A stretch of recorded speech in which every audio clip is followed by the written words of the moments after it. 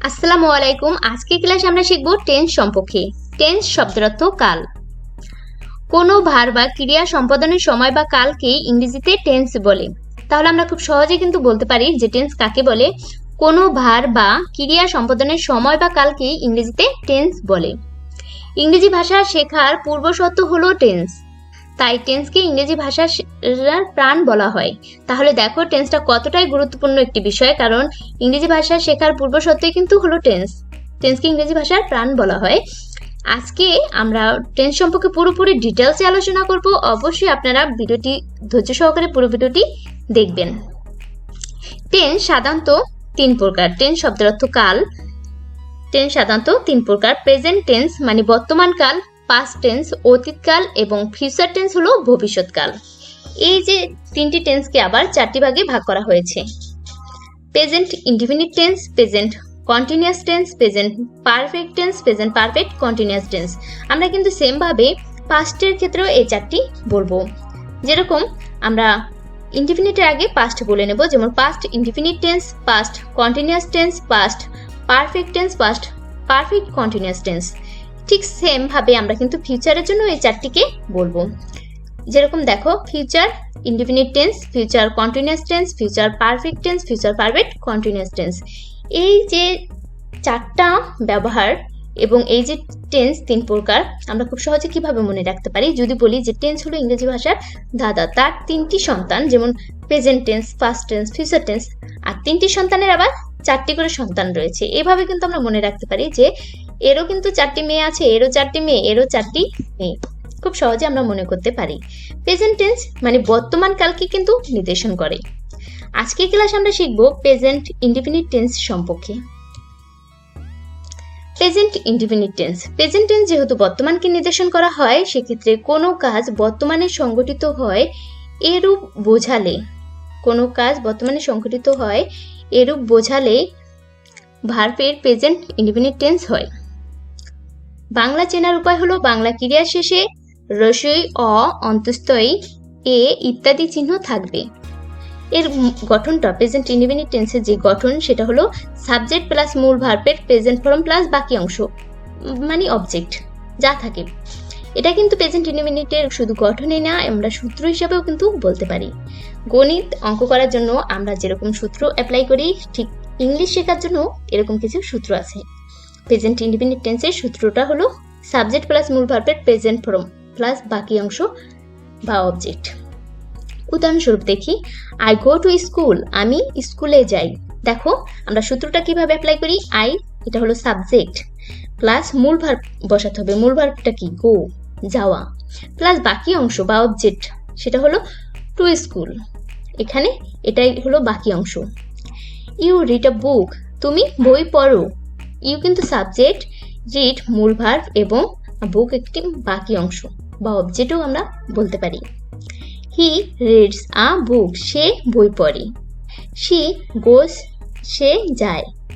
এখানে দেখো হি এবং সি এর সাথে ভার্বের সাথে কিন্তু এস যোগ করা হয়েছে, যেমন রিড, রিডের সাথে রিডস এবং গো, গোয়ের সাথে গোস। কারণ সাবজেক্ট যদি থার্ড পারসন সিঙ্গুলার নাম্বার হয়, অবশ্যই ভার্বের শেষে এস বাই এস যোগ করতে হয়। যারা সাবজেক্ট এবং পার্সন সম্পর্কে না জানেন, আমার একটি ভিডিও দেওয়া আছে পার্সন সম্পর্কে, সেটা পুরোপুরি ডিটেলসে আলোচনা করা আছে, আপনারা ওইখান থেকে জেনে নিতে পারেন। আপনাদের সুবিধার্থে এখানে কিছু সাবজেক্ট আমি লিখে রেখেছি, যেমন ফার্স্ট পারসন হলো আই এবং উই, যেগুলো সিঙ্গুলার সেগুলোকে আমি মার্ক করে দিয়েছি। ফার্স্ট পারসন আই, আমি, উই, আমরা। সেকেন্ড পারসন ইউ, তুমি, ইউর, তোমরা। থার্ড পারসন হলো হি, শি, ইট, সালমা। এখানে সালমা, রহিম, করিম যেই হোক একটা নাম বোঝালেও কিন্তু সেটা থার্ড পারসন সিঙ্গুলার হয়ে যায়। এবং প্লুরাল হলো দে, তারা এবং আবির অ্যান্ড সোনিয়া। এখানে যেহেতু দুজন, সেক্ষেত্রে এটা প্লুরাল। আমরা সিঙ্গুলার এবং প্লুরালকে বুঝে নেব, সেজন্য আমি এখানে কিছু চিহ্ন করে রেখেছি যেগুলো সিঙ্গুলার নাম্বার। তাহলে দেখো শি এটা কিন্তু থার্ড পারসন সিঙ্গুলার নাম্বার, আর সিঙ্গুলার নাম্বারের সাথে ভার্বের সাথে এস বাই এস যোগ করতে হয়। হি গোস, সে যায়। কথা বলার ধরন আবার চার প্রকার। আমরা কিন্তু শুধু এভাবেই কথা বলি না, কথা বলার ধরন আবার কিন্তু চার প্রকার। যেমন অ্যাফার্মেটিভ মানে হা বোধক, ইন্টারগেটিভ মানে হা বোধক প্রশ্ন, নেগেটিভ না বোধক এবং নেগেটিভ ইন্টারগেটিভ হলো নাবাদক প্রশ্ন। উদাহরণস্বরূপ বোঝানোর জন্য আই গো, আমি যাই, এটা অ্যাফার্মেটিভ সেন্টেন্স। প্রথমে সাবজেক্ট হয়, তারপরে ভার্ব, আই গো, আমি যাই। দেখো ইন্টারগেটিভ করার সময় যখন আমরা প্রশ্ন করব তখন ডু আই গো, আমি কি যাই, তাহলে এখানে এটার নিয়মটা কি আসে, প্রথমে টু বি ভার্ব, তারপর সাবজেক্ট, তারপরে ভার্ব, মূল ভার্ব, এরপর বাকি অংশ থাকলে সেটা বসাতে হবে এবং প্রশ্নবোধক চিহ্ন কিন্তু অবশ্যই বসাতে হবে। তাহলে ডু আই শব্দের অর্থ আমি কি, ডু আই গো, আমি কি যাই। নেগেটিভ করার সময় আমরা বলবো আই ডু নট গো, আমি যাই না। সাবজেক্ট, তারপর টু বি ভার্ব, এরপরে নট বসাতে হবে, তারপরে মূল ভার্ব বসাতে হয়। যেমন আই ডু নট গো, আমি যাই না। যদি নেগেটিভ ইন্টারগেটিভ করি সেক্ষেত্রে আমরা প্রথমে বসাবো টু বি ভার্ব, তারপরে সাবজেক্ট, তারপর নট, তারপর মূল ভার্ব এবং প্রশ্নবোধক চিহ্ন। ডু আই নট গো, আমি কি যাই না। আমরা বোঝার সাথে আরেকটু দিয়ে রেখেছি, যেমন ডু দে গো, তারা কি যায়। ডাস হি গো, সে কি যায়। এখানে ডাস যেহেতু বসেছে থার্ড পারসন সিঙ্গুলার নাম্বারের ক্ষেত্রে ভার্বের শেষে এস বাই যোগ করতে হয়।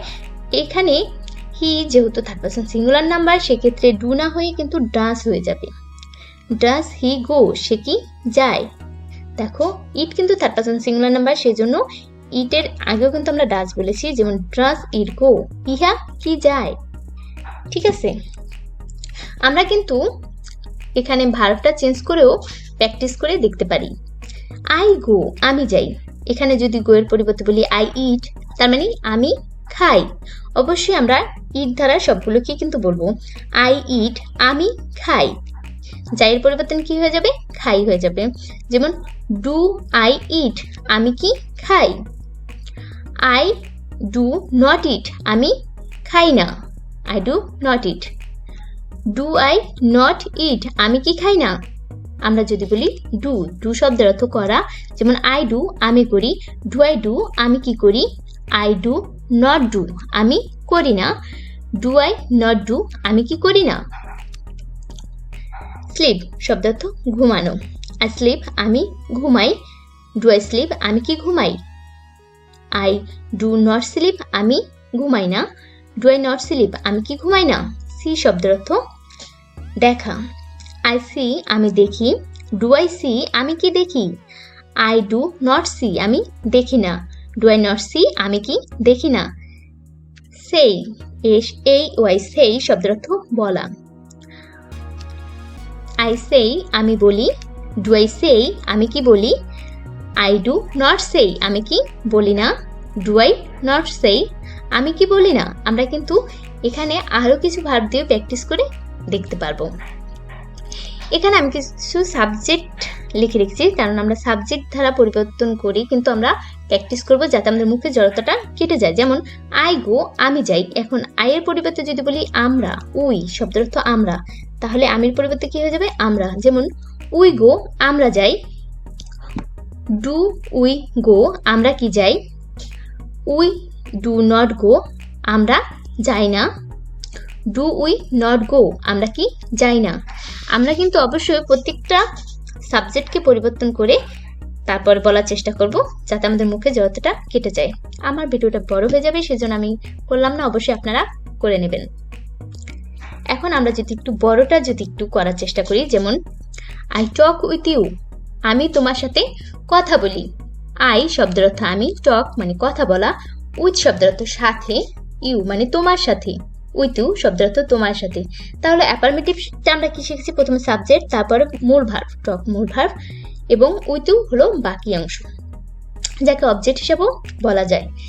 আই টক উইথ ইউ, আমি কি তোমার সাথে কথা বলি। এখন যদি আমরা প্রশ্ন করি, do I talk with you, আমি কি তোমার সাথে কথা বলি। I do not talk with you, আমি তোমার সাথে কথা বলি না। Do I not talk with you, আমি কি তোমার সাথে কথা বলি না। আমরা কিন্তু এই যে 4টি স্টেপে কথা বলার ধরন কিন্তু 4 রকম হয়ে থাকে, অবশ্যই আমরা প্র্যাকটিস করে দেখতে পারি। আজকের ক্লাসটি যদি ভালো লেগে থাকে অবশ্যই আমার চ্যানেলটিকে সাবস্ক্রাইব করে দেবেন এবং পাশে থাকা বেল আইকনটিকে বাজিয়ে দিবেন। তাহলে আজকের ক্লাসটি এই পর্যন্তই। থ্যাঙ্কস ফর ওয়াচিং ভিডিওটি দেখার জন্য অসংখ্য ধন্যবাদ। আল্লাহ হাফেজ।